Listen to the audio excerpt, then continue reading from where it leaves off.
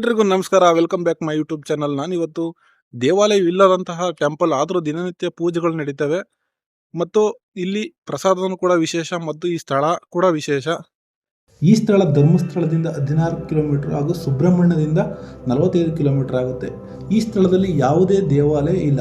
ದೇವಾಲಯ ಅಂತ ಹೇಳೋದಾದರೆ ಗರ್ಭಗುಡಿ ಗೋಪುರಗಳು ಇರಬೇಕಿತ್ತು, ಬಟ್ ಇಲ್ಲಿ ಯಾವುದೇ ದೇವಾಲಯ ಇಲ್ಲ. ಇಲ್ಲಿ ಆಕಾಶವೇ ಚಾವಣಿ ಮತ್ತು ಮರಗಿಡಗಳೇ ಕಟ್ಟಡವಾಗಿರುವಂತಹ ಸ್ಥಳ. ಈ ಸ್ಥಳಕ್ಕೆ ಬರಬೇಕಂದ್ರೆ ಇಲ್ಲಿ ಬಸ್ ವ್ಯವಸ್ಥೆ ಇರುತ್ತೆ ಮತ್ತು ಇಲ್ಲೊಂದು ಪ್ರೈವೇಟ್ ಗಾಡಿಗಳಿರುತ್ತೆ. ಧರ್ಮಸ್ಥಳದಿಂದ ಇಲ್ಲಿಗೆ ಬರ್ಬೋದು. ಈ ಸ್ಥಳದ ಇತಿಹಾಸ ಏನು ಈ ವಿಡಿಯೋದಲ್ಲಿ ತಿಳಿಸ್ಕೊಡ್ತೇನೆ.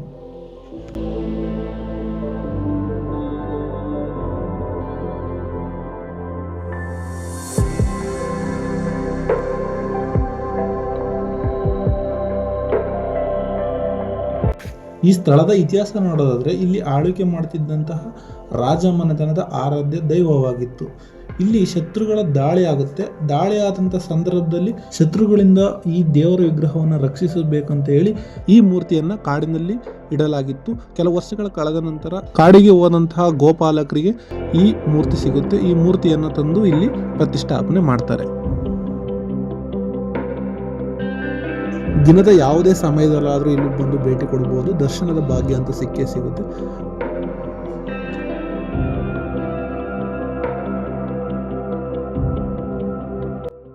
ಈ ಸ್ಥಳದಲ್ಲಿ ದೇವರಿಗೆ ನೈವೇದ್ಯಕ್ಕೆ ಸೌತೆಕಾಯಿಯನ್ನು ಇಟ್ಟು ನೈವೇದ್ಯ ಮಾಡ್ತಿದ್ರು. ಸೊ ಹಾಗಾಗಿ ಸೌತಡ್ಕ ಅಂತ ಹೆಸರು ಬಂದಿದೆ. 800 ವರ್ಷಗಳ ಇತಿಹಾಸ ಹೊಂದಿರುವಂತಹ ಸ್ಥಳ ಆಗಿದೆ.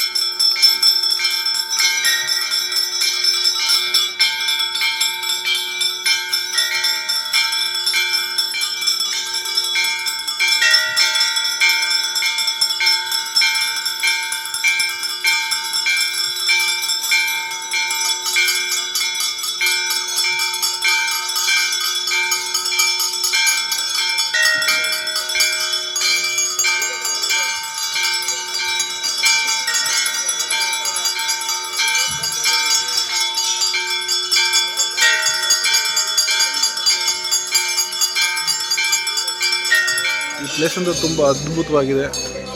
ನನಗಂತೂ ತುಂಬ ಖುಷಿ ಆಯಿತು.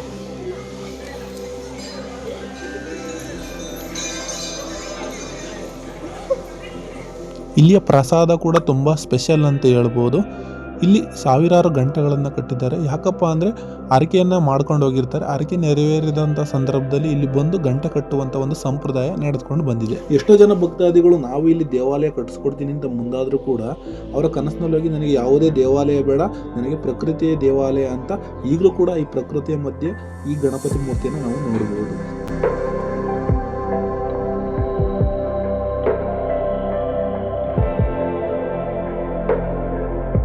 ಇಲ್ಲಂತೂ ಅವಲಕ್ಕಿ ಪ್ರಸಾದ ತುಂಬ ಪ್ರಸಿದ್ಧಿ ಪಡೆದಿದೆ.